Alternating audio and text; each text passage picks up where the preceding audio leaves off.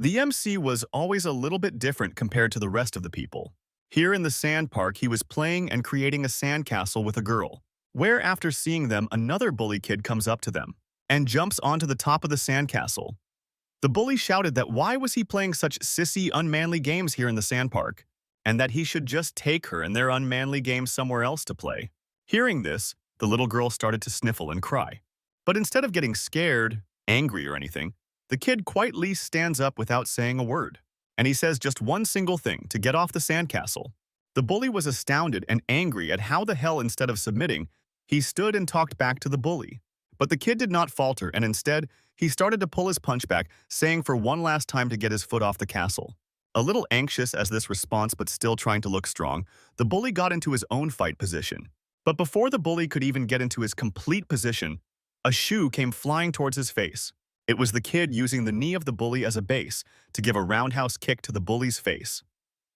The bully lost his balance and was thrown backwards. With the force, the bully fell down on his back and got dragged away a little bit. After giving the jump kick to the bully's face, he jumped back, standing on his own two legs. The kid's face was filled to the brim with anger and determination. The bully started to clutch his face, trying to wipe away anything that came out of his nose. But even after wiping for a lot of time, finally he realized that it was his nose which was bleeding out of blood. The bully began to rage and shake his hand in anger of the thing that the kid just did to him. But instead of fighting back, the bully just sat in one place and started to cry really loudly, asking someone for help. The kid and his friend just stood there, unable to understand what to do now. But then a moment later, another even bigger bully came along with the previous bully, asking the first kid that was he, the one who hit the bully in the nose. But the kid did not say a single word, just kept it glaring at the bigger bully. The big bully started to enrage even more at the disrespect that he was being shown, not being able to take the insults anymore. The big bully swiped a big punch towards the kid, which he instantly dodged. Missing the first one, the big bully started to load in his second punch towards the kid. He even easily dodged the next one. What's surprising was that he never even learned any martial art in his entire life. He was just somehow really good at fighting. The kid kept on dodging the big bully's punches left and right. After observing for a bit, the kid planned on going offense. And then, without any prompts, the kid gave a huge kick to the big bully's balls. While the big bully was on the ground crying in pain, the kid was just nonchalant about all of this that happened.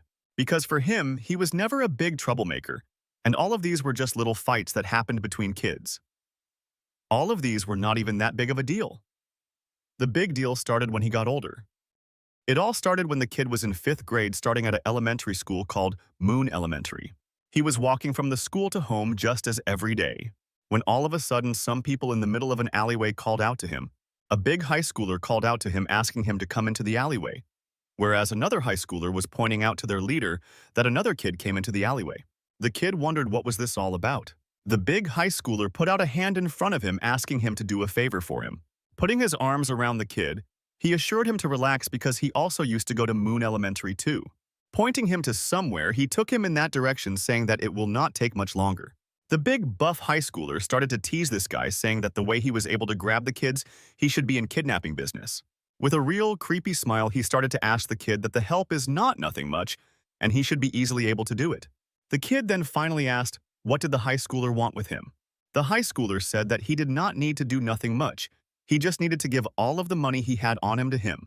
The kids then pointed out to them that just how pathetic one needed to be, that they needed to steal money from little kids. The other high schoolers got stunned by his reply. And then a moment later, all of them started to laugh that the first high schooler got owned by a little kid. Getting angry on insulted by a little kid, the first high schooler raised up his arm to attack him. But the kid was easily able to dodge the attack, and the first high schooler's hand swiped the air like butter. He was unable to process the reflex time that this kid had, and was completely shocked by it. Changing his footwork, the high schooler changed his stance for a new attack. This punch was also easily dodged by the kid, leaving the high schooler hanging in there. The other schooler kept on laughing at the first one that, how was he not able to beat up a little kid? But looking at the intensity that the first guy was going to fight, the other high schoolers got worried that people might start to gather around them and went on to stop him.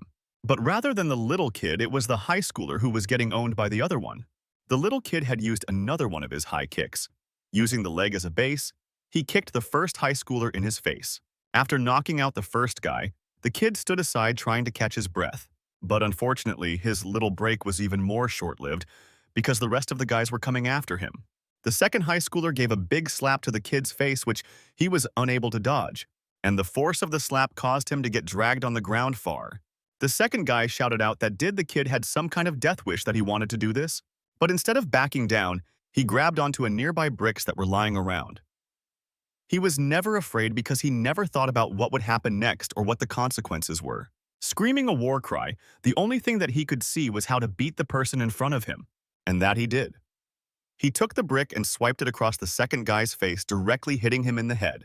The second guy was also brought down to his knees, shocked, unable to move.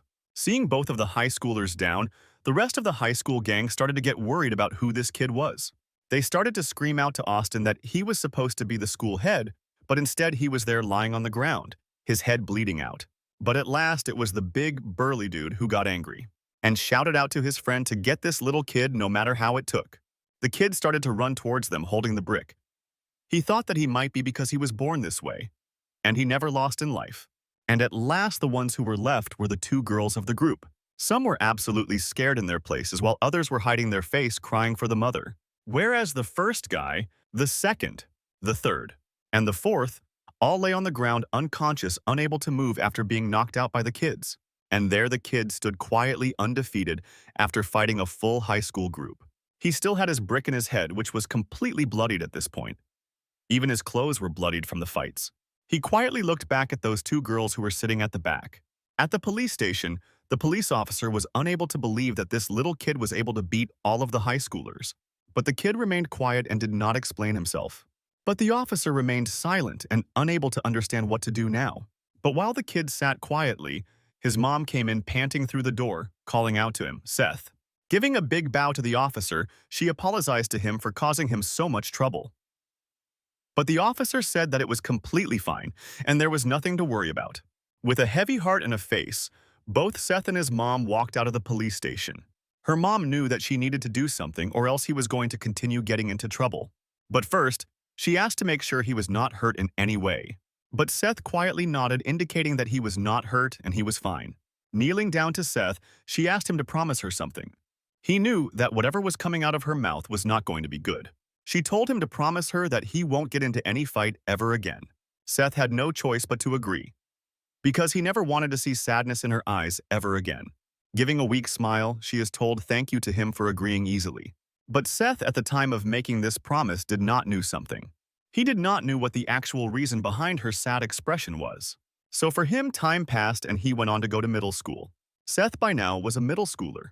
One day, he was just sitting inside his class, but another taller person banged onto the door calling out to him, kicking him in his back, saying that he must think that he is some sort of big shot. Not fighting back, he got chucked back to the corner of the room with the force of the kick. Seth tried to get up, barely trying to catch his breath, whereas the other guy brought out his hand to grab him. Grabbing out Seth by his hair, he ordered him that he needs to do everything that he says to him. And even if he does not have any money, he should borrow it from someone else. Wanting to fight back but remembering his promise, the only thing that he could say was that he was sorry for being unable to do it. The tall guy then smashed his head onto the ground, saying that if he was sorry, then he should not have done it in the first place. He walked away saying that he will keep his eyes onto him and he needs to watch himself. And if he kept on doing stuff like this, it won't take long for the tall guy to make his life a living hell. Seth was barely able to control his anger and clutched his fist to control himself. After calming himself, Seth gave out a big sigh. He sat up holding himself, said to himself that he was able to do well, that he was able to keep his promise to his mother. Later that day, Seth went back to his home saying to his mother that he was back. Her mother, with a lighted-up expression, asked him that, how was the school? Seth answered that it was great. In the response, Seth also asked his mom that how was the restaurant doing for the day? She said that it was doing great. And she kept on talking with Seth on different topics. Seth also talked back with a lot of enthusiasm. Because no matter what happened, the only thing he needed was to see her smile. Because that's what all that mattered to him after all. But the next moment, he saw that a rich-looking car pulled up in front of the restaurant. The car was a really rich-looking luxury car which was here in the area. And at the same time, 4 of these cars stopped in front of the cafe, and a lot of bodyguards came out and scanned the surroundings. But then a really disheartening news came out to him. A photo of a dead person being held in the arm. Seth's mom instantly recognized who this person was. and tears started to flow non-stop out of our eyes. The guard holding out the person's photograph told her the bad news that he had unfortunately passed away. The guard's face was holding a somber expression. While the mom was breaking down in tears, Seth could not understand what was happening and kept on asking her that what happened and who this person was. Seth could not even understand what was happening, and his face was filled with confusion, anger, and fear. 3 years have passed by this point, and it was one of the biggest high schools. Some students were talking about that who was the new student and trying to guess that how his characteristics could be. Hearing out the commotion, the teacher told everyone to stay quiet and asked everyone to help out this transfer student because it was the middle of the year. The teacher was kind of annoyed and impressed at how prompt the students were. Walking into the room, the teacher introduced Seth to class while forgetting his name. Seth reminded her that his name was Seth Kang. The students started to murmur among them, whereas one kid was able to recognize Seth. Seth kept on standing quietly, whereas the teacher was losing her nerves, shouting at students to stay quiet. In the corner, there were 2 troublemaker students laughing and talking about what they were doing. And suddenly, upon hearing the Seth's name, he looked towards him and got super surprised on seeing who it was. Recognizing his old rival, he instantly realized who he was and was really happy upon the coincidence. And thus, Seth introduced himself to the entire class as Seth Kang. The teacher pointed him to sit at one of the empty seats at the back. And he was walking to the seat he crossed by another troublemaker who was sleeping openly in class. And he went and sat just right beside him. While he was settling down, he realized some students of the class were eyeing him down. It was the 3 troublemaker of the class that he saw beforehand. Seth, recognizing the 3, gave a big smile and waved them back. His smile slowly turned into a grin when he realized that those 3 jokers were here as well. It was already the half day and the confrontations did not stop coming to him. In the lunch break, one of the troublemaker students called out to him, saying that they were so sad when Seth transferred out of the middle school. Putting his hand on Seth's shoulder, he told that he missed him a lot. The other guy, giving a grin, told that they are going to have a great school year now. But unlike before, Seth did not give out a big sorry, he just gave a big smirk. Angered at this response, the bully asked him that did he forget who he was? How was he able to talk back like this? Seth did not lose his smile, but keeping it told that he absolutely knew who these 3 were. The bully was even more angry now because now he realized that Seth was acting like this, knowingly. The other guy from his back straight up got ready to attack him in his back. But among these commotion, the sleeping guy got woken up and urged all of them to just shut up. He got up his head to warn all of them, glaring to them that they were harming his sleep. The bully could not say even a single word and just thought sorry to himself. And all of them got silent instantly. Not wanting to do anything with the spiky hair kid anymore, both of the bullies started to walk away, saying that this was not over and that they will see this later. While walking away, the bully kept on cursing under his breath. Seth kept on wondering who this spiky hair kid was. For the next class, a really old, trembling man came into the room. He was so slow that it took him a lot of time to even reach to the class podium. But after a little bit amount of time, he was able to reach eventually. He greeted the kids and said that he was going to teach today's lesson, which even he himself forgot halfway. Over here at the side, the bully was grinding his gears about what happened today. And he promised to himself that he was absolutely going to kill Seth for what he did. But Seth did not even care about that. He was just looking out of the window. He said to himself that what a nice weather this was. While he was busy appreciating the weather, one person from the front of the class was looking back at him. It was the brown-haired girl which had recognized him since earlier. She realized it was the same Seth that she used to play with when both of them were little kids. Seth's eyes caught the attention of the brown-haired girl, and the brown-haired girl started to panic, realizing that Seth has noticed her, and she turned around instantly, leaving Seth confused. He started to wonder that did he know someone like that before? But thinking to himself to not worry about such trivial things, he turned his head around to the outside once more, thinking to himself that this school life is going to be really fun for him, and he breathed in a lot of fresh air from outside. Filling his mind and lungs with such cozy atmosphere and weather, he started to feel really sleepy. Feeling cozy, set down his head onto the table to sleep. The spiky hair kid noticed Seth sleeping beside him and started to wonder what kind of person this guy was, planning on taking a little stroll. He got up from his chair and kept on yawning his entire way out.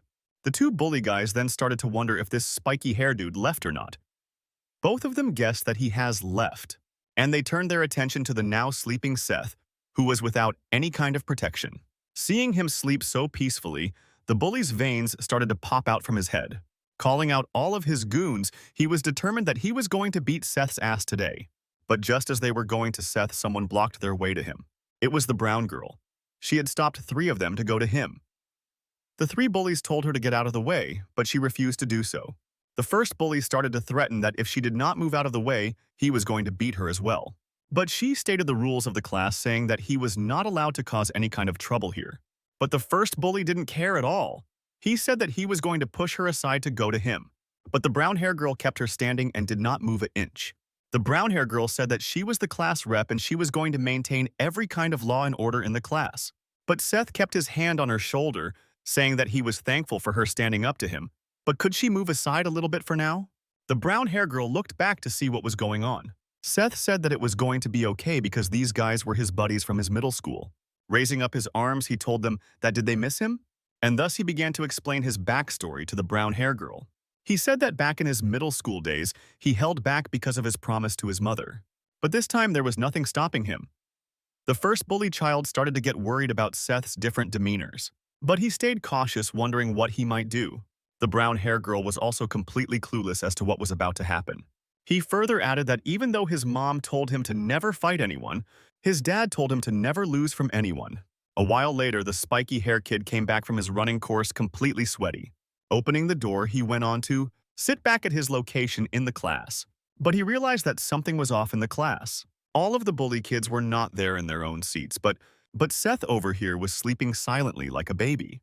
And every single one in the class was absolutely afraid of Seth by now, worried that any one of them might trigger him. The brown hair girl looked behind to see if everything was fine or not. Yet Seth was still sleeping. Over at the other side of the school, a goon got angry on one of the bullies that they had been beaten by Seth and came back running. And he got even more angry when he realized that Seth was someone they used to bully in the past. The bully kid, bandaged at this point, gritted his teeth, saying that he did not know how this happened because Seth was completely weak when he was in middle school. But this time there was something about him that was completely different than him in the past. His movements were as fast as the wind. Nobody could even see it.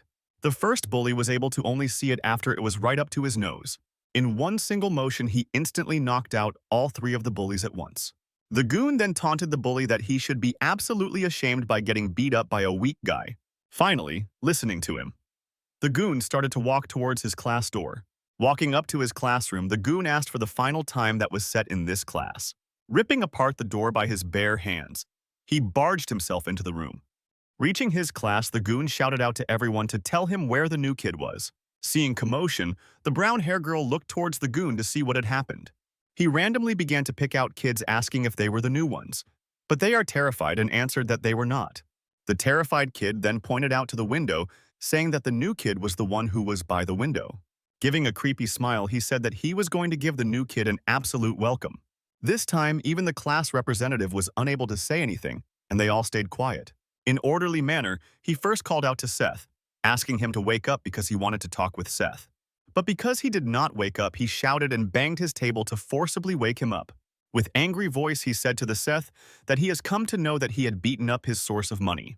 Just waking up? Seth was not even able to comprehend what the heck he was talking about. But in grabbing him by his neck, the goon said to him that everybody calls him the goblin of this school. Seth was just creeped out at how ugly he looked. Giving him a closer look, he said that Seth looked a little bit familiar. Did they ever meet before? He still could not understand what the heck he was talking about. Within a moment, he instantly was reminded who Seth was. In return, Seth also remembered who this goon was. He was the same kid who had encountered Seth in the kindergarten and broke his sandcastle. And in revenge, Seth took a roundhouse kick directly to his face and directly kicked them out of the picture. And after which he had called his elder brother to help him. And even the elder brother got perished within a matter of minutes. And he had to drag back his elder brother back to his home. Thus, this was the same guy that he had encountered back in the day. And even present day, Seth shouted out that he remembered who he was. He in turn asked the goon how he was, because they haven't met since so long, and even asked that how his elder brother was. But the goon was absolutely shaking in his pants. Seth kept on looking cluelessly, not understanding that why he was not responding to the question. Not saying anything anymore, the goon just quietly said that he will see him later. Seth also gave the goon a big smile and that he will meet him later. The first bully was completely unable to understand that what the heck just happened. Why did his elder brother just walk out like that? Because when he came, he said that he was going to absolutely whoop Seth's ass. Now what happened? But without replying, the goon just told the bully to get out of his way. But the bully kept on shouting to the goon, asking that why was he not beating him up as he promised to him. But the goon didn't answer still. He just quietly glaring him told him to move. And not wanting to get beat up on the spot, he also quietly moved out of the way. He looked back into the class where Seth was sleeping, still baffled as to what just happened in between the two men. In the meantime, he just had a smirk on. The bully just shouted into the air that, what the hell was going on? After some time, Seth was sleeping on the terrace thinking that how nice it was to come back to his old neighborhood because he was able to see so many familiar faces. Whereas on the other side of the school, extremely mortified goon called his older brother, asking for help, over at Seth's mom cafe. Seth was sitting on the counter talking to his mom. Both of them were talking to each other about various stuff that happened to him. She asks him that how was his experience with the high school, remembering the day he started to giggle saying that it was a really nice one, looking worried at Seth. His mom said that he should honor their promise at all times, that he hiding his face said that he was going to honor it at all times, but added under his breath that he won't attack unless someone else does it first. His mother could only look at him sadly. Walking up, he told his mother that he was going back to his home, and his mom bade him goodbye. Walking out of the cafe, he looked around scanning his surrounding, when suddenly his eyes caught something standing in front of him. A person with a Luxury car was bowing down in front of him, greeting him back. With a stern expression, he started to slick back his hair and told him not to embarrass him like this in front of everyone in his old neighborhood. That driver instantly started to pant and asked for forgiveness multiple times. Seth, with the driver, sat inside of the costly car. Going to the back of the car, Seth gave out a big sigh. Collecting himself, he told the driver to drive him to the school now. Bowing to Seth, the driver zoomed the car past his mom's cafe. Her mom came out to see his son for the last time. Her eyes were filled with worry about what was going to happen to her son now. Her face got scrunched up in worry. At the school, both Seth and the spiky-haired kid were just sleeping throughout the classes. The period passed and the clock went past 8, and all of the kids in the class were busy chatting before the other teacher came in. The time went past 10:15. Another teacher thought another subject while both of them kept sleeping. The brown-haired girl, who was the class representative, looked at how Seth was just going on sleeping. But she didn't say anything because she was wary of him now. Over on this side, the class bullies were busy laughing about some topic. For the next period, the physical education teacher came to teach. The class representative asked the entire class to stand up and bow to the teacher. The teacher then waved his hand saying that it was all right, and there was no need for such formalities. Walking up to the podium, the teacher's eyes went to the kids sleeping in the corner of the room, who were Seth and the spiky hair kid. Seeing them disrespecting his teacher honor like this, he got super angry. So angry that in fact the veins started to pop on his forehead. Rolling his sleeves up, he started to walk up to the sleeping kids, but the entire class was scared silent thinking about the consequences of the actions that may happen now. Standing just behind the chair of the two kids, the teacher stood silently. He grabbed the one ear of a spiky hair kid, and the other one of Seth. He raised both of them up to his height just by grabbing their ears. He shouted out to Victor that he let him sleep the last time in his class, only because he had an official fight coming up. And he looked confused at Seth, wondering who the heck this new kid was. The brown-haired girl answered that he was the new kid who had transferred in just a week ago. The teacher got super angry on realizing that both of them were sleeping and called them out to the field. And thus the spiky hair kid and Seth, both of them got onto the field wearing their PE uniform. The spiky hair kid was annoyed that why did the teacher have to force all this onto him? The class students also came out to the field murmuring to themselves about what was about to happen. Seth gave out the most monotonous expression, saying that this was super boring.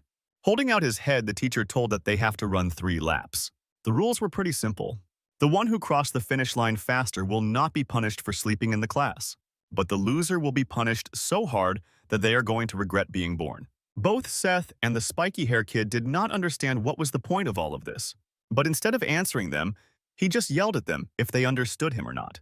While spiky hair kid was reading himself, Seth was standing normally, and the teacher asked if he was planning on reading this day or not. And thus, both of them got to the starting position of the running track. Although he was feeling sleepy, Seth said that he was not going to lose at all. Seeing Seth's enthusiasm, the spiky haircut also got ready to go, and instantly jumped past Seth by bolting ahead. Not wanting to be left behind, Seth also started to run. Moments later, he had caught up to the spiky hair kid. But calling him a dumbass, he moved on ahead, leaving Seth in the back. This disrespect removed all of the sleepiness he had in his body, and he was now fully awake, fully prepared to run. Both of them started to bolt towards the finishing line. The professor could not even understand what the heck was happening. But no matter how hard each of them tried, both of them were evenly matched with each other. The professor's mouth was left wide open in shock at the speed at which they were running. Both of them went past the professor's face like a windfall. The professor was just left in the dust, but the both of them, not wanting to stop for even a single bit, kept on running past the track. And by now, both of them already passed the U-band. The rivalry between both of them kept on increasing second by second. And that is how the day at the high school went today. After the race, both the spiky hair kid and Seth were left completely panting, drenched in their own sweat. The spiky hair kid was just impressed at the tenacity of Seth. Seth was happy, realizing that he was going to have a great school year. On the other end of the track, the professor was wondering that even though he already knew about Victor, but he was surprised at the presence of a new talent. At the National Wrestling Championship, the host said that the one who wins this match is going to be the one who moves to the national team. Over in the indoor stadium, a lot of people had come to watch the fights between the wrestlers, and the class of this fight was open weight championship. One of the heavy wrestlers started to gloat that he was able to reach here easily, and thus he will also reach the national as easily as well. But his opponent gave a scary glance as well. He did not taunt. He did not say anything. He just openly looked back. The tension among the people were rising, and the anger of the second wrestler was rising as well as, but a moment later he was on the ground while the second wrestler walked away completely unimpressed. Here in the athletes' changing room, we get to see the name Brock Chang. Inside the changing room, Block was quietly sitting while steaming his body. The class goon turned out to be Brock's little brother. He called out to him, telling to his elder brother that he needed some help. Without saying even a single name, he just said that the person was back. Hearing the mentioning of that person, his demeanor changed. The class goon reminded Brock that by he meant the kid who had defeated him back in the kindergarten. The recollection of that person, Seth, hit him like a trucker. Silently, without a word, Brock just started to laugh, scaring his little brother. Now, back at the high school, both the spiky hair kid and Seth were brought into the counseling room, where the teacher explained to both of them that he was excusing them and they better not both sleep at his class anymore. Not getting any response, he climbed down to their mouths, and Seth and the other kid just quietly said, "Yes, sir." Changing the topic, this teacher asked the spiky hair kid, Victor, that when was his next competition? Victor turned his face around, saying that he did not sign up for it. With a growling emotion, the teacher said that if he was keeping out like this, he was going to lose his weight and lose his chance at going professional. Victor just stayed quiet. Now the teacher turned his attention towards Seth. He asked Seth if he was in some kind of clubs, team, or any kind of sports activity. Seth could not understand what he was talking about and blabbered like an idiot. The professor had to explain again clearly what he meant, and then Seth answered that he was not in any kind of clubs. Confused at how such a talented kid was gone unnoticed for so long, he just told both of them to get back to their classes. Both Victor and Seth left the counseling room back to their classes. They quietly walked, and there was not a single dialogue exchanged between them. And similarly, quietly and wordlessly, they entered the class. Not even a moment later, inside the class, both of them got to the original states. Victor started to yawn and Seth started to sigh. The old teacher, still shaking, told both of them to settle down and take their seat. They just went back to the seats and left dazed. Not even a moment later, both of their heads hit the table and they were back to sleep. But now, Victor was aware of a new character who was of his par and level, and Seth also could not ignore such an unmissable character anymore. After looking at each other for a moment, both Victor and Seth went back to sleep. And just like that, the dawn of the day arrived. But just then, Brock, the school goon's older brother, was at the school.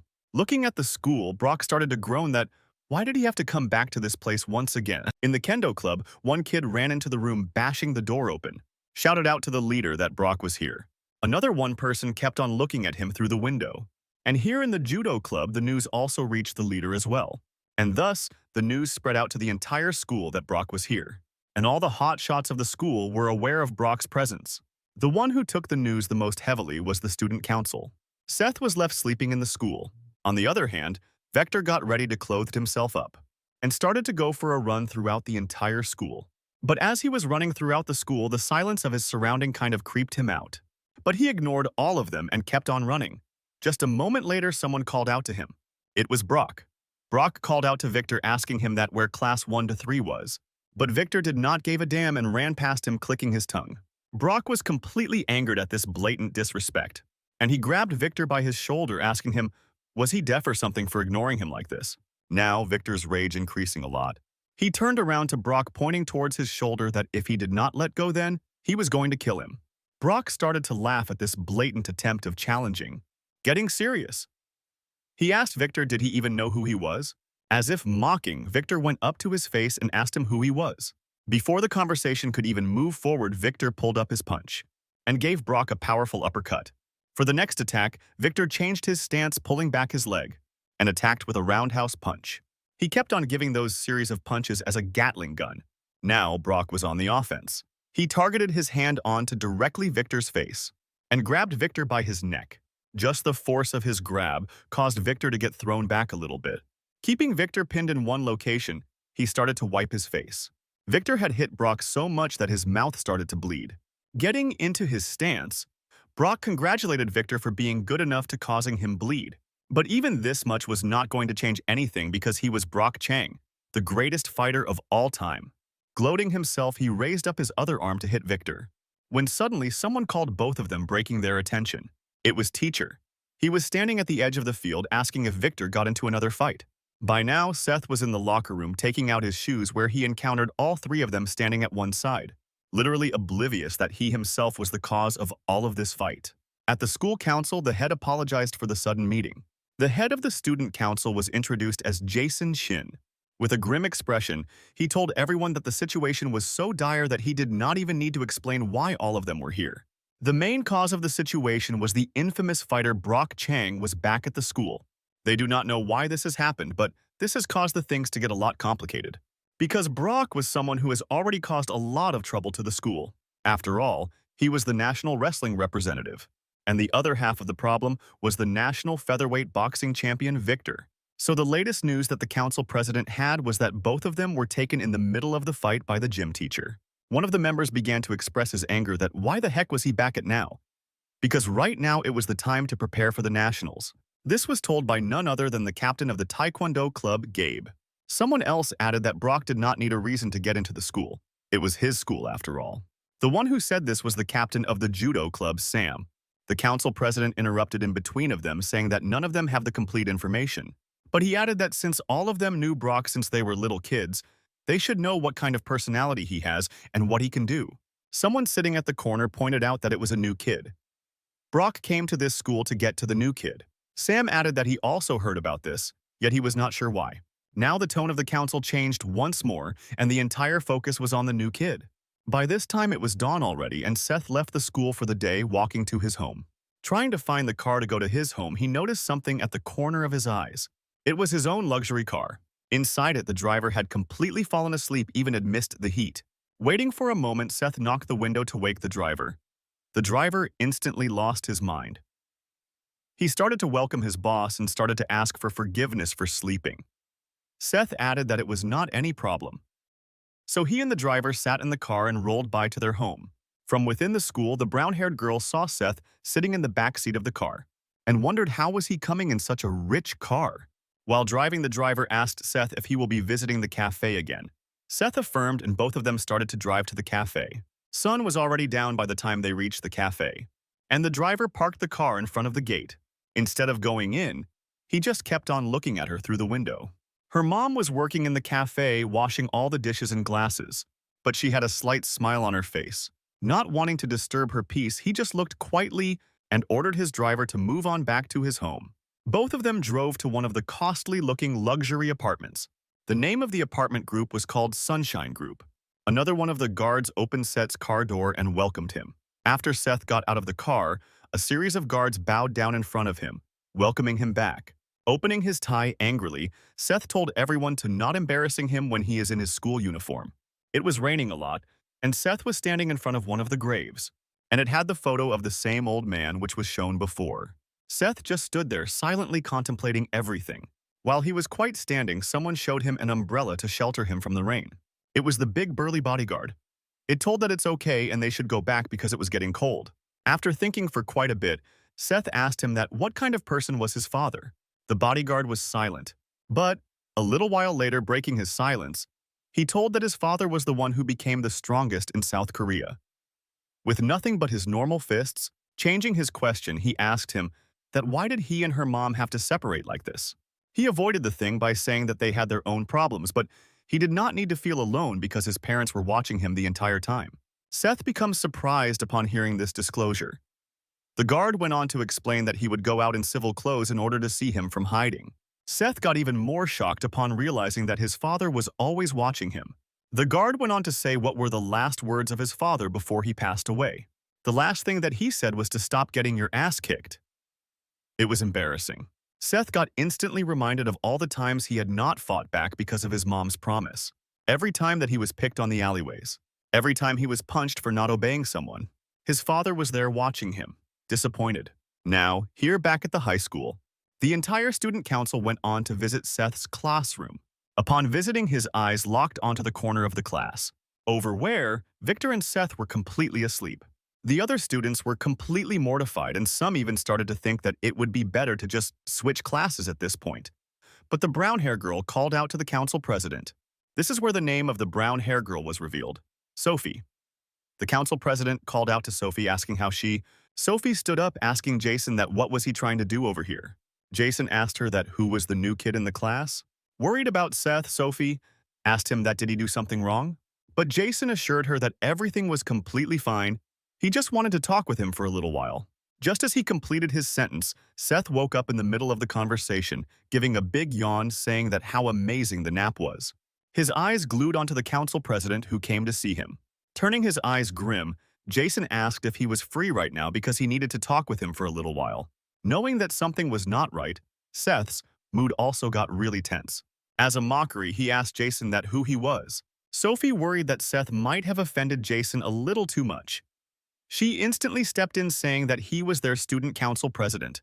Now knowing who he was, Seth instantly apologized for his behavior and asked if he had done something wrong. But then instantly turning his face sour, he told that was there is any need for him to get out of the class? Could not they complete the conversation right here and now? This kind of disrespect instantly caused hundreds of veins to pop out of Jason's forehead, showing his towering figure over Seth. Jason just asked him to quietly follow him and not ask any questions. Before going away, he also told him to bring Victor along with him. Now, a little bit worried, Sophie said that Jason was a good guy, but he should just be quiet and obey what he says. Seth said that there was nothing to worry because he was the president of the student council, saying that he instantly poked in the midriff of Victor, causing him to jump up in surprise. Collecting himself, Victor asked him that what did he want. Seth explained everything about how student council came into the room and asked him to go along with Victor. Super annoyed at this point, he threw his bench back at the lockers. Standing up, he held his head groaning about why the heck is everyone so annoying today, and slowly got up and started to walk towards the student council office. Seth asks him to not go on forward by himself and wait for him to come. Seth saw Sophie sitting in the corner of the class really worried on what might happen now. Trying to reassure her, he gave a slight little smile and pointed to himself that he will be back in a little while completely safe. Now at the student council room, Jason was waiting for the arrival of both Seth and Victor. Both of them reached the council room, but Victor brought along a chair so that he can sit. Right in front of the president, he turned around his chair and plopped himself right onto the top of it. While Seth was sitting right at the back, Victor was angry and asked Jason that why there was he summoned over here. Jason, setting up his glasses, told that he will not be around the bush and get straight to the point. Jason asked that few days ago when Victor fought with a guy named Brock Chang, did he know who he was? Both of them were confused upon hearing the name Brock Chang. But since Jason mentioned he fought him, he instantly got reminded of the burly guy yesterday, who had held his neck and tried to punch right in his face the guy from yesterday. Pointing his gaze towards Seth, Jason said that up until 2 years ago, this school was a special school just for athletes. The government took care of most of the school's amenities while sending most talented athletes over here. Students came from all over the country to this school. Every single kind of athleticism and sports were practiced in clubs and in school. Victor, annoyed, asked that what was the point of reciting the obvious. But Seth over at the behind was thankful that he was not asked about this because he did not knew about it. Continuing, Jason said that this top-level athletic school was just turned into a regular school now, and all of this happened because Brock Chang dropped out of the school. And now, he was back at the school and the reason for him was just to find Seth. Making his vision really grim, he asked Seth that what was his relationship with him. Seth did not answer and was silent for a little bit. Because for him, Brock Chang was a nobody because he did not even knew anybody with that name. Here on the other side of the school in the counseling room, the gym teacher was in a counseling session with Brock Chang where he was just informed that he had joined the national team. But Brock was just sitting silently without uttering a single word. But the teacher could not understand that why was he not happy because it was his goal since the beginning of his career. But Brock did not answer anything and just stood up saying that he will take his leave now. The teacher let him go, but just before he went out of the door, he called out to him for one last time. The teacher told him to never give up on sports no matter what happens because it was his only dream. Brock just silently looked at him and silently closed the door behind him. Over here in the student council room, the council president continued the story by saying that the school was in an uproar after the fight. This fight happened when Jason was just a normal student of the class. All of the juniors and seniors were completely suspended along with the guy who was the center of it all, Brock Chang. At the scene of the site, it was just a massacre. Brock Chang had beaten through every single one of them, leaving them on ground. The fight was so intense that Brock was left with a bleeding cut on his forehead. Jason added that all those who were defeated were not normal people. All of them were athletes, with 2 of them were national representative and 7 were in the U18 national team. Brock, who was the center of it all, was nearly jailed to juvenile detention. And a member of the judo club who was supposed to join the national team but could not because of the accident. The incident became such a huge incident that literally every single one abandoned the school sponsors and the school became a normal school instead of a sports school. The one who helped Brock back in the day was their current gym teacher. He helped Brock avoid expulsion and being sent to juvenile detention. Victor listened to everything super seriously, but Seth was just a yawning. And now the source of every problem that happened to the school had returned because of Seth. Realizing the gravity of the situation, Victor looked around to see who Seth actually was. But keeping the same nonchalant response, Seth answered that he still did not know who this person was and why he needed something from him. Both Victor and Jason were also confused as well. The entire meeting with the student council president took a lot of time and it was already dusk. Victor and Seth left the school together, but at the school gate, Sophie were standing at the side. The first one to notice her was Victor. Then Seth also realized that she was standing there. Looking at Sophie, Victor made a really big smirk. Sophie, now realizing both of them are out, asked that were all of them okay. But Victor kept on grinning towards Seth, saying good luck to him, and that he will be off now, and he does not want to intrude in between them. Seth did not understand what Victor was pointing at and looked at him cluelessly. After Victor was gone, Sophie slowly approached Seth, and said like a dense person straight up asked her if she was waiting for him at the doorway. Sophie was really surprised. Wanting to hide her embarrassment, Sophia put her bag in front of her face, hiding her face. Seth could not understand what she was trying to do. Seth was once again confused by the actions of the people in front of him. Calming herself down, she asked her if he knew who she was. With a super confident voice, he readily answered that he knew who she was. She was the class representative. By now, Sophia was a little bit embarrassed, but she continued asking him that she was not talking about the recent times. She was talking about her childhood. But surprisingly, Seth said that he knew her, which surprised her a lot. Seth said that he knew her from their spring daycare during childhood in the Deer class. They were friends back then and they hung out a lot. They were pretty close. Sophia could not utter anything and was just stunned at how well he remembered her. Seth kept on explaining that what they both used to do, and slowly Sophia's smile came back. And then her smile turned into a big grin as she was really happy to finally find her friend back. We turned back to a flashback where in the daycare, Seth had climbed up a tree in order to protect a cat that was stuck on the branch. And on a separate day, both he and her were playing hide and seek at the daycare. They were really the closest friends back then. One another day, Sophia suddenly gave Seth a kiss on his cheeks. This caused both of them to start blushing around each other. Sophia, being reminded of all of this, began to smile to herself. While she was stuck in her dream, Seth told her to not worry because he won't share that secret. The secret about how she had kissed him on his cheeks. He said that it was okay and not to worry because there were kids after all, and kids did stupid things. Sophia's mood got summed when she realized that Seth called her first kiss as something stupid. While still stuck in the bad mood, she noticed that rest of the student council staff members were coming out of the school. Trying to hide her embarrassment for looking stupid, she tried to make an excuse, shouting out that she was not there to see him. Calling out to Jason, she ran towards him while Seth was here confused as to what just happened. The only thing he saw last was Sophia walking alongside Jason and rest of the community members, and both of them laughing and talking with each other. Seth gave a bittersweet smile that at least Sophia was having a good life. Walking towards his home, he realized that both of their worlds were too far apart. They don't need to intersect with each other.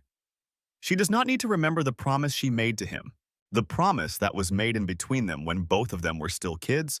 The problem is that when both of them will grow up, they will get together with each other. Seth, with a solemn expression, and Gate walked towards his car to go back home. His driver was once again sleeping inside the car and forgot to open the door for Seth. But using the master key, he was able to get inside the car, and the driver woke up from the little amount of commotion.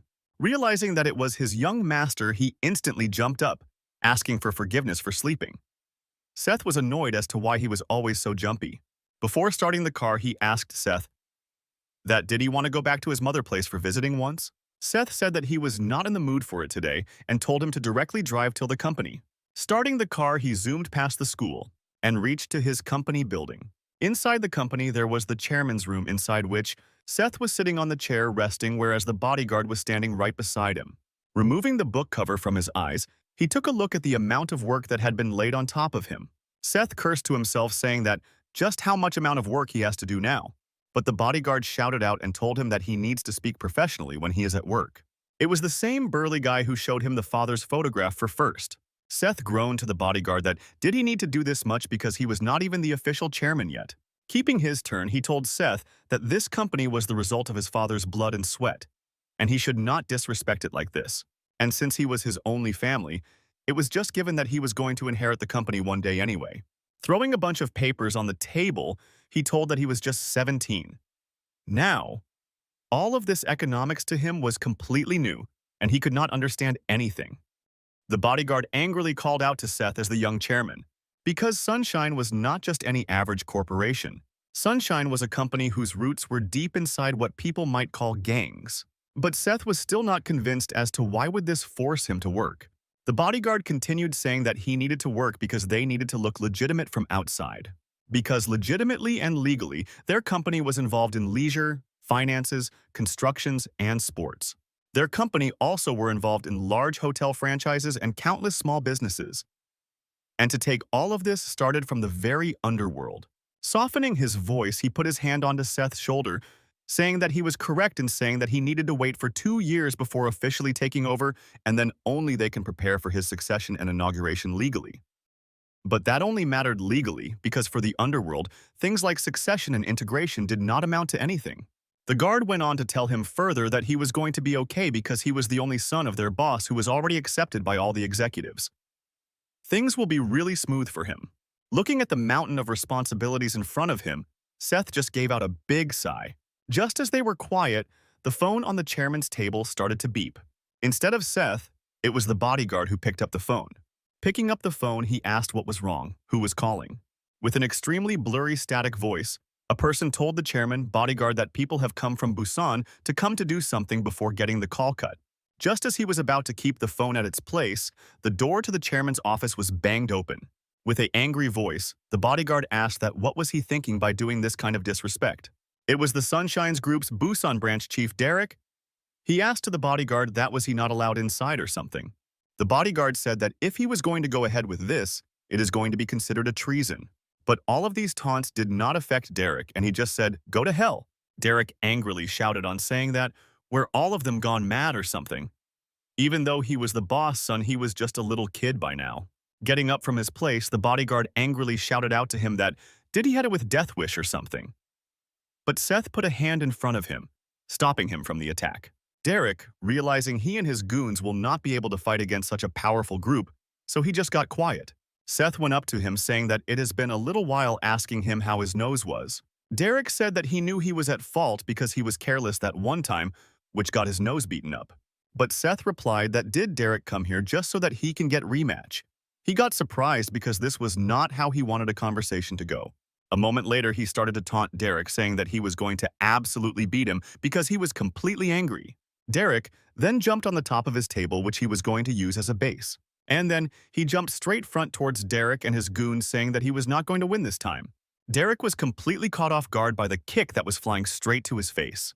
Seth kept on giving his signature roundhouse kick directly to his face and crushed a lot of bones. It was a new day at Seth's high school. All of the club council members were standing at the gate trying to filter out those who came late. After a little while, Seth came to his school on his own luxury car and the driver bid him goodbye. The club council's president's eyes locked onto Seth's own luxury car, out of which he came out walking. And in the similar way, Seth's eyes also locked onto the president's eyes, but he did not say a single word. So he and the president were stuck in sort of a stalemate. But Seth completely ignored the club president and went on to walk ahead towards his class. Inside the school, over to the corner, Brock and his little goon brother were sitting at the corner. And Brock told his little brother to absolutely do whatever he could to bring Seth to him. At the gate, the club president was worried about what was going to happen to Seth. And Brock and his little brother were waiting at the end of the corridor. The previous day, the council president had told everyone that Brock was lurking around the school trying to find Seth, and he asked everybody to stay very off him and to not initiate any fights. But the judo club president slammed his hand on the table and shouted out that who did Brock think he was just coming in and going out whenever he feels like it, and why did they need to be careful around him? Hearing is complained. Jason took a deep breath. And then, the Kendo Club president told that Brock was a national representative now, and there was no reason for him to come here and pick a fight with them. The Kendo Club president said that this is exactly what was pissing him off, because why were they going through all of this headache just because of him? Seeing that the commotion was increasing, Jason shouted out to everybody to stay quiet. He said that everything that happened was already in the past. Nothing could be changed now, and there was no crying over spilt milk. Hearing at how hopeless situation they were, the judo club president could just clenches his fists and shouts out that, why did he come here in the first place? He came here because this was one of the special athletic schools, not a place of these problems, and now everything was ruined because he got into a fight. The other club members, one by one, started to agree with him, but did not fight him. All the other club members were so torn apart by the situation that none of them could say anything. Showing his anger, the judo club president kicked his chair across the room, and the chair went flying, crashing into the wall. He added that he will not sit silently and just take everything. He is going to give Brock what he deserves. He is not going to leave even a single bit. He is going to count every single coin. At this point, there was literally blood in the judo club president's eyes. Jason realized that stopping him at this point was completely useless, so he also stayed quiet. Here on the other side of the school, Brock's little brother went inside Seth's class. And just as always, both Seth and Victor were completely asleep. The little brother quietly walked up to Seth's chair without making a single noise. And really quietly and silently, he tapped Seth to wake him up. Seth turned around to ask the little brother what happened. He just quietly said that he and his older brother needed to talk a little while. Without getting up, Seth put his head back onto the table, saying that anything he wanted to say, he will listen in the class. He does not need to go anywhere. Just as he completed his sentence, he went back to sleep. But the little brother kept on shouting that it was really important and he needed to be outside. Completely asleep and slumped up, the little brother somehow picked up Seth and brought him outside to where Brock was waiting for him. But the little brother was still really afraid of him and was keeping a 10-feet distance between him. Seth asked the little brother why was he not coming with him, even though he was the one who first told him to go out. Whereas Victor had his head on the table the entire time. But he was not asleep. He was quietly watching everything that unfolded in front of his eyes. Outside, Sophia and her friends saw that the little brother was taking Seth to someplace. She again thought, what the heck happened now for them to go together like this? Outside the school, Brock was sitting completely unimpressed, asking the leader that this is all that they had got. And in front of him, all the best school fighters were completely defeated to knockout. Brock, now increasing his anger, asked quietly, was this the strongest man they had at hand? But the judo club's leader's head was popping with veins just from anger. Knowing that only he was up now, he himself dashed forward, taking a big leap towards Brock, directly attacking him midway. But Brock was able to block his entire weight of his attack with just his forearm. And then, instead of letting go off his leg, he grabbed it in the same place. And before Brock broke his leg, he told the judo club leader to say a prayer. The leader could not understand that why was he asking him to pray for now.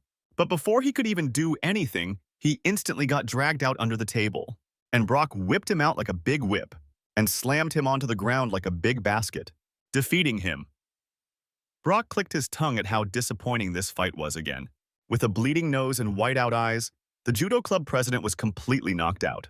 As a punishment, Brock said that he was going to make sure that he never walks again. But just as Brock was going to break his leg, Jason came in to save the day and shouted out to stop. Jason turned around to see who was the one who stopped him and surprised that it was the president. He turned around to ask him that why was the president here and what did he need from him. Realizing his own objective, Brock stopped at the moment and said that he came to the school just to meet the new kid. Now him angry Jason said that if he wanted to meet someone, he can meet them outside the school. There was no need to make any kind of scene inside the school. Brock commented that since he came from a wealthy family and being the school president, nothing could scare him now. But this was no ordinary person. He was Brock Chang. But Jason commented that it did not matter where he came from. He was not going to let Brock destroy the peace and reputation of the school once more. But just as they were talking, two guys came from behind the alleyway. It was Seth and the little brother. The little brother was able to lure out Seth out into the playground where Brock was in. And the Seth and Brock met face to face after a long time. Brock's face got riddled with anger the moment he saw him. But Seth was just happy upon recognizing another friend from his neighborhood.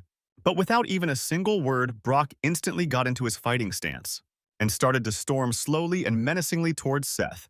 Instantly reading the room, Seth also got into his battle formation and gripped his punch as hard as possible. But before Brock could reach Seth, Jason stepped in, stopping him, now angry till his neck. Brock said that if he did not want to die, he should move. But Jason was stuck at just one thing, that he did not wanted this fight to happen at the school. He wanted it to happen somewhere else. By now, Brock had enough of Jason's bullshit and changed his target towards him instead now. So he started his attack by flaring out his palm right to Jason's face. But Seth came in between and asked Jason to step aside or he might get hurt. This one was completely surprised at Seth taking the initiative here. Seth explained himself that Brock came here just to see him, and there was no need for anybody else to get involved. But Jason declared that if they caused any kind of trouble to the school itself, but Jason cut him off, saying that there was no need because he will make sure nothing like this happens. Brock was just silent and impressed at how confident Seth was. Moving towards him, Seth advised Brock that they should fight in the gym because there were too many people here that can get hurt. He said that they can wear gloves and do it in the ring, or they can wrestle on the mat. He was up for anything. There were no rules. Brock was silent and did not say anything and just move ahead with it. Seeing his expression, Seth taunted that he was angry that Seth was not afraid of him. Brock made a hand expression which showed that he did not care. Seeing the hand expression, Seth got angry, saying that, did he look like someone who would be scared to fight? Fortunately, the taunt was able to get to Brock and he got even more angry. Seth assured the council president that he did not need to worry because he was going to fight only as a sport. All of the kids at the school were getting completely crazy at the mention of a fight with Brock and the new kid. The location of the fight was declared out to be the boxing club. At the gym, every single one came to watch the fight between the new kid and Brock.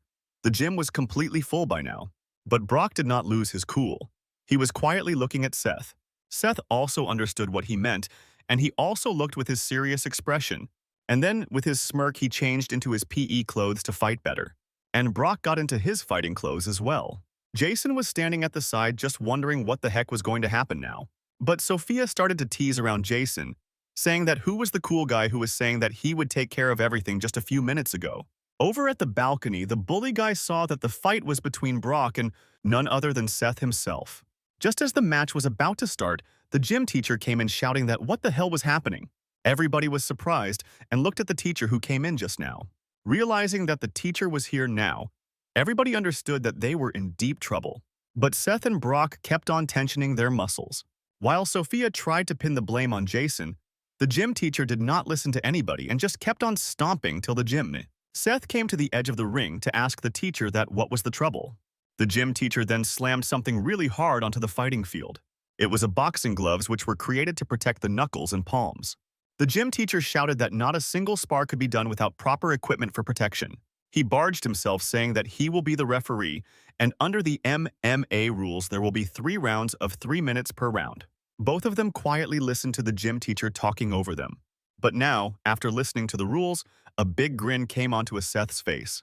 All the people went and shouted into all of the classes that there was going to be a major fight in between Brock Chang and Seth. Sophia could not believe what she just heard from her ears. And at her, behind where Victor was sleeping on the table, he slowly raised up, saying that now this was some trouble. Now in the training ring, both Brock got into his position, and Seth had a creepy smile spread across his face. The gym teacher, now referring to the match, told that to maintain sportsmanship and remember that this is just sport. Turning to the teacher, asked that he needed to ask something to Brock before starting the fight. He turned around to Brock and asked him, that was he doing this fight because of their tiny fight that they had in the kindergarten, like some kind of loser? Brock felt extremely humiliated at this underhanded commentary, but collecting his breath and calm, he told to Seth that it was the only time someone was able to defeat him in a fight. Seth just stayed quietly and listened to him, saying that Brock added that the reason he wanted to fight was to clean up his winning streak. The referee rang a big bell, shouting out both of them to begin. Brock instantly started off by using his palm as a palm strike to Seth's face, but Seth was able to dodge it. Using his right hand, Seth grabbed down to the Brock's arm from behind. Using that as leverage, Seth grabbed onto the neck next and gave a super strong kick directly to Brock's solar plexus. This direct straight attack left Brock grabbing his stomach in the middle of the fight, while Seth was busy waiting for his next attack. Brock was losing his breath over here, not giving him a chance to recover. He gave another punch directly to Brock's neck, and using the force, he slammed him onto the ground directly. Everyone was completely surprised at the sudden turn of the event. Now this was the deciding moment for the match. Was Brock going to get up to fight or not? Looking towards the gym teacher, ask that. Why was he not counting for the knockout? What was he waiting for? The moment he completed that sentence, he instantly realized that Brock was getting up. There, Brock was gaining his stance and standing back up. But now he was in a much feral condition compared to before, in which he was much calmer. Although his breathing was still labored, he kept on standing. The audience voices broke out in cheers at his tenacity and his strength. While Seth was getting ready for his next round of match, Sophia came in running through the door to see what was happening. She came in so hard that she was completely drenched in sweat and her hair was totally unkempt. Over here, Brock got into another fighting stance by crouching down and pulling out his punch. But Seth did not choose any fighting stance, and he just stood there quietly. After waiting for a moment, Brock jumped on Seth, and he was moving towards him at an incredible speed. It was at this point when Seth took a fighting stance. Pulling out his punch, he said that it would have been better if he would have just laid on the ground.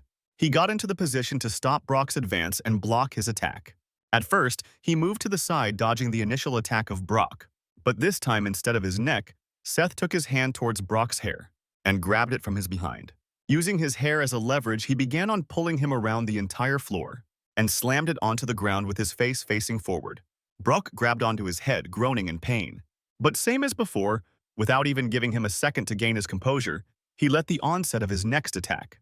Getting on top of Brock, he aimed his punch directly onto his face. Brock realized that at this point he was in deep trouble, and the punch came in an attack straight onto his face. Worrying for Brock, his little brother screamed out to him. The gym teacher could not believe at how powerless his most amazing student had become. All of the smile and smicker on the council's face had gone by this. The last one to reach there and witness this fight was Victor. Sophia was so afraid that she glued her mouth and gashed in exaggeration. After punching multiple times on Brock's face, the gym teacher shouted out Seth to stop the fight. But by this point, Seth had already given around 10 to 20 punches to Brock's face, and the entire arena was covered in Brock's blood. Brock was bleeding out of his entire face from his nose, his mouth, his ears, everywhere. And Seth's face, his clothes, and his punching gloves were completely covered by blood by this point. The next scene started at the Sunshine Hospital. The hospital corridors were completely busy and full of life. And within one of the corridors was sleeping Brock with all of his wounds bandaged up and a big cast on his left hand. Slowly and slowly, Brock got his consciousness and woke up. And to welcome him, his gym teacher was sitting by the side and said that they had brought him to hospital after he had passed out at the arena. They told that he needed to get rest for 2 continuous months straight. Brock could not understand why was this the case and just looked at the teacher cluelessly. The teacher continued on to explain that during the fight he had a ruptured skull, broken nose, and broken ribs. All of them were fixed. The teacher continued on to explain that during the fight he had a ruptured skull, broken nose, and broken ribs. All of them were fixed. He told that he called Brock's team to let them know. He asked what did he say to them. He told them that it was some kind of injury during his training, so the team will pay for the expenses. But due to this, the person who was ranked just below him was going to be on the national level.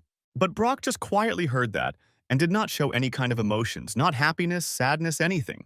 Seeing how quiet he was, the gym teacher angrily called out to him for trying to get involved in kids' fights. But Brock, with a silent tone, just said that it does not matter anymore at this point, because he found something way more interesting compared to wrestling. Now, in the class, everybody was completely wary of Seth and were thinking twice before saying anything around him. People were so scared, they were even scared to approach him at all. This included both boys, girls, and class bullies. Quite bored, Seth just gave out a big sigh. The moment Seth let out any kind of sound, both of the people around him instantly got scared. Wanting to take a little bit amount of break, he went out of the class for a walk. But the moment he stepped out to the alleyway, he saw something weird happen to the rest of the group. Everybody was completely busy trying to make sure that they did not make any kind of eye contact with Seth. Near the urinal, some of the kids were talking about what was going on in the school. One of the kids informed the others that Brock Chang got defeated by the new kid. Hearing this, the other two could not even believe whether this was true or not. As they were speaking, one of the kids got absolutely stunned in place. The second kid asked what had happened to him. There was Seth standing in the doorway asking the bully kids to move out of his way. Not wanting any kind of trouble, the rest of the kids instantly sprang up and started to run away. Just then, Victor came into the urinal and stood right beside Seth. While completing his business, Victor asked that was he free for some time after school? Seth wondered what this was all about. Victor turned around to Seth for any kind of response. With a growling face, Victor said that Seth took his prey, just saying that he walked away from the urinal. Before going, he explained that he was looking for a sparring match with Seth in the boxing ring at 8 alone. Seth's face scrunched up at the mention of having to fight another fight. Slowly, time went by, and the time for the sparring match came about.